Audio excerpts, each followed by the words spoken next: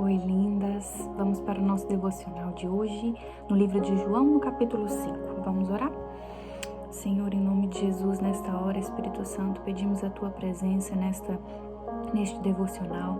Espírito Santo, te peço que o meu telefone, em nome de Jesus, grave todo este devocional. Que toda guerra, que toda luta contra este devocional, contra este propósito, Senhor, caia por terra agora, em nome do Senhor Jesus. Espírito Santo, abra os nossos olhos espirituais para entender a Tua palavra e fale conosco, em nome de Jesus. Amém e amém. Livro de João, capítulo 5. A cura junto ao tanque de Betesda. Amo essa história também. Algum tempo depois, Jesus subiu a Jerusalém para uma festa dos judeus. Há em Jerusalém, perto da Porta das Ovelhas, um tanque que em aramaico é chamado Betesda, tendo 5 entradas em volta. Ali costumava ficar um grande número de pessoas.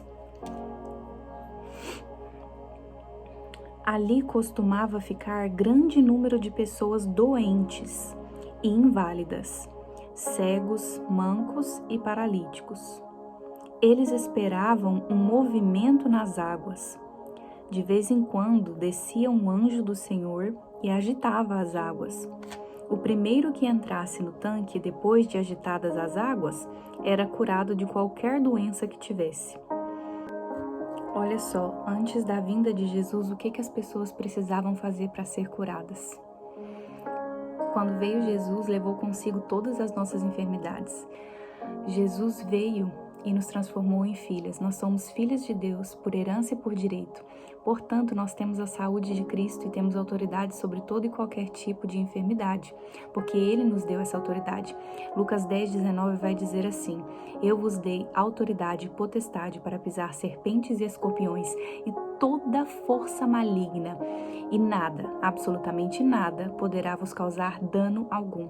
Então, nós temos essa autoridade de Cristo sobre todo e qualquer tipo de problema, enfermidade, o que for, nós temos essa autoridade. Mas naquele tempo, eles ainda não tinham esse poder, porque Jesus ainda não havia morto na cruz.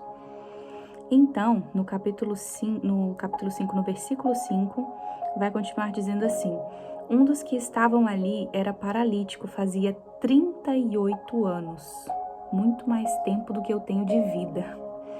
Quando o viu deitado e soube que ele vivia naquele estado durante tanto tempo, ou seja, Jesus olhou para aquele paralítico e, por ele ser Deus, ele sabia exatamente a quantidade de tempo que aquele paralítico estava ali, que eram 38 anos. Então Jesus lhe perguntou: Você quer ser curado? Olha que poderoso. Jesus sabia que ele queria. O cara estava ali há 38 anos, é óbvio que ele queria ser curado. Mas Jesus sempre vai nos perguntar porque Ele quer ouvir de nós. Porque muitas pessoas, por mais que gostariam de sair de um determinado tipo de problema, no fundo, elas não querem sair dele. Então, por isso que Jesus nos pergunta: Você quer ser curado? Então disse o paralítico a Jesus: Senhor, não tenho ninguém que me ajude a entrar no tanque quando a água é agitada. Enquanto eu estou tentando entrar, outro chega antes de mim. Infelizmente, eu me identifico muito com esse paralítico, porque sempre quando alguém me pergunta, eu tenho o costume de dar explicações, mesmo quando alguém me vem com a solução. E é algo que eu estou mudando e atualmente tenho me policiado mais. Para quando alguém me perguntar algo, eu não dê desculpas sobre aquele algo. Eu simplesmente diga sim ou não. Que eu seja mais objetivo nas minhas palavras. Quantas vezes nós estamos como esse paralítico? Quando Jesus nos pergunta algo, ao invés de a gente responder sim, Jesus, eu quero, a gente começa a dar explicação, a gente começa a dar desculpa, a gente começa a falar assim, Senhor, a se vitimizar. Eu tenho que me policiar muito para eu não me vitimizar. Nós temos que nos policiar demais, porque é algo muito fácil de fazer, em qualquer tipo de situação difícil da nossa vida.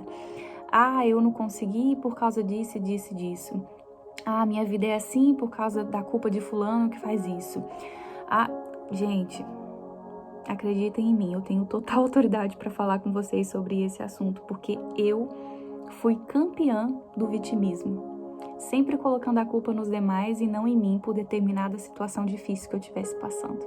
Mas quando eu entendi que aquelas situações eu tenho total responsabilidade sobre elas, eu mudei a minha visão para fazer o que me é competido a fazer e arcar com as consequências daquilo que eu decido fazer.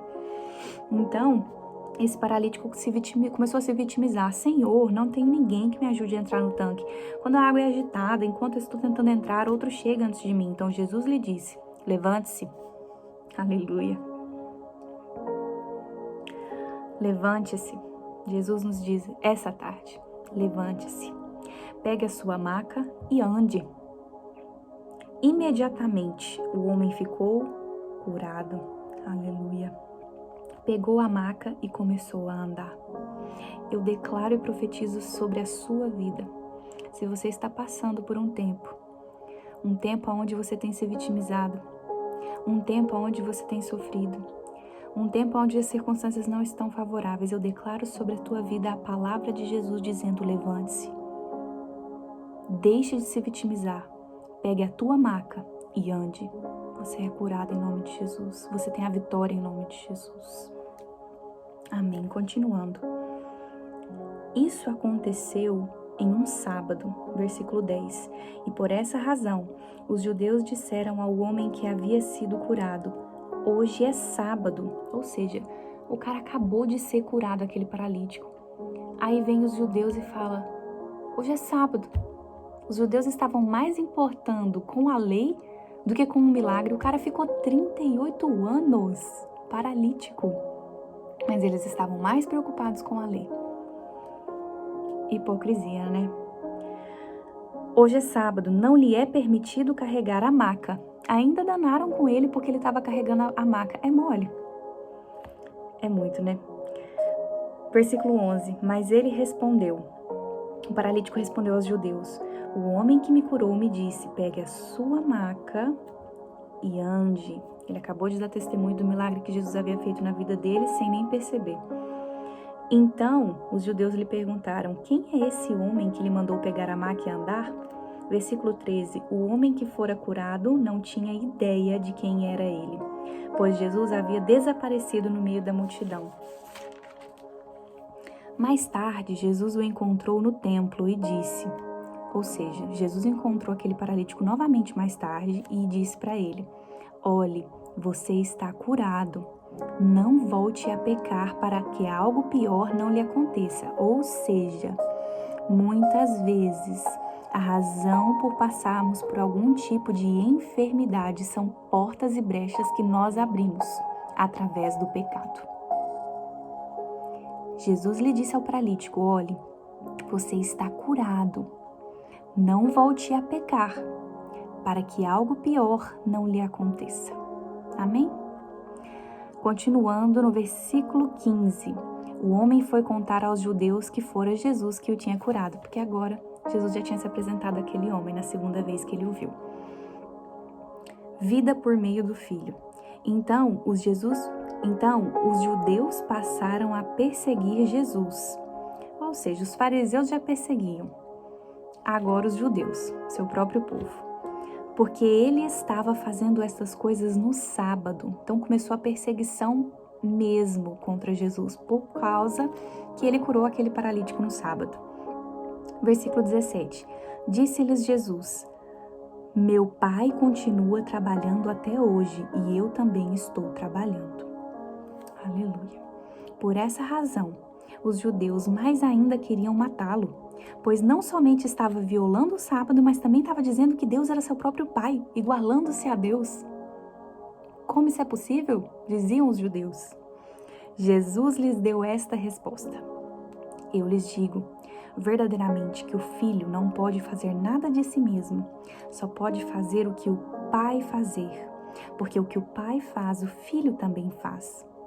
Jesus estava dizendo, eu faço porque o meu Pai faz. E sem ele eu nada posso fazer. Pois o Pai ama ao Filho e lhe mostra tudo o que faz. Sim, para a admiração de vocês, ele lhe mostrará obras ainda maiores do que estas. Pois da mesma forma que o Pai ressuscita os mortos e lhes dá vida, o Filho também dá vida àquele quer. Aleluia. O Filho também dá a vida a quem Ele quer.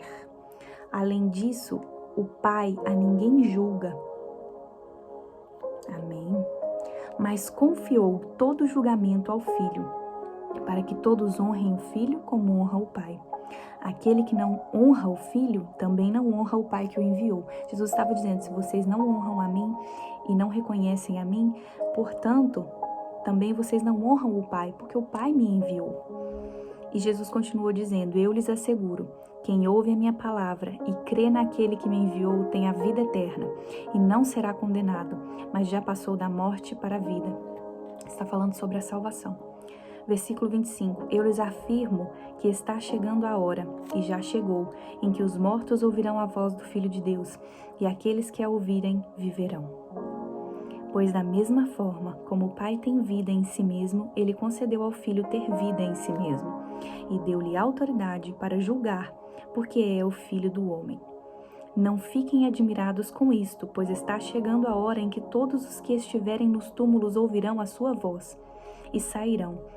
Os que fizeram o bem ressuscitarão para a vida, e os que fizeram o mal ressuscitarão para serem condenados. Por mim mesmo nada posso fazer. Eu julgo apenas conforme ouço, e o meu julgamento é justo, pois não procuro agradar a mim mesmo, mas aquele que me enviou. Testemunhos acerca de Jesus. Se testifico acerca de mim mesmo, o meu testemunho não é válido. Há outro que testemunha em meu favor e sei que o seu testemunho a meu respeito é válido. Que isso sirva para nós, meninas. Quantas vezes a gente procura a validação de outras pessoas acerca de nós mesmos? O próprio Jesus dizia que há outro que testemunha sobre ele, em favor dele, e que ele sabe que o testemunho a respeito dele é válido.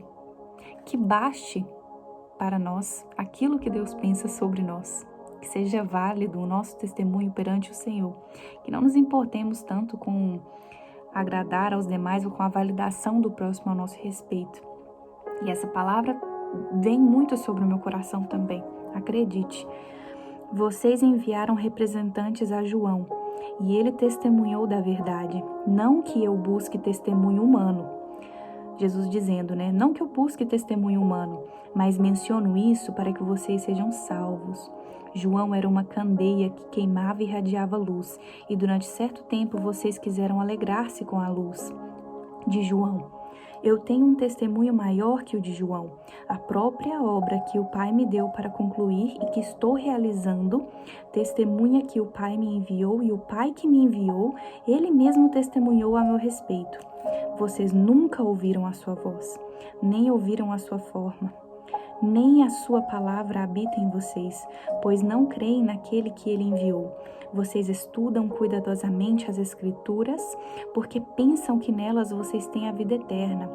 E são as Escrituras que testemunham a meu respeito. Contudo, vocês não querem vir a mim para ter vida.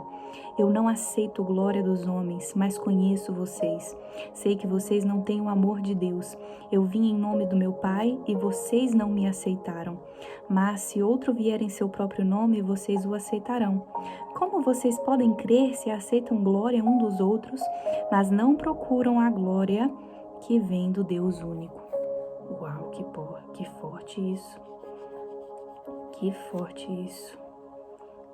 Como vocês podem crer se aceitam glória um dos outros, mas não procuram a glória que vem do Deus único? Uau. Versículo 45. Contudo, não pensem que eu os acusarei perante o Pai. Quem os acusa é Moisés, em quem estão as suas esperanças. Se vocês crescem em Moisés, creriam em mim, pois ele escreveu ao meu respeito, visto que, porém, que não creem no que ele escreveu, como crerão no que eu digo? Senhor, em nome de Jesus, nós te agradecemos por esse devocional, pela tua palavra maravilhosa ministrada aos nossos corações.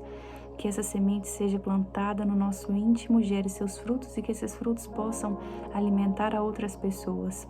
Nós te agradecemos pela tua palavra que é viva e eficaz. Em nome de Jesus. Amém e amém.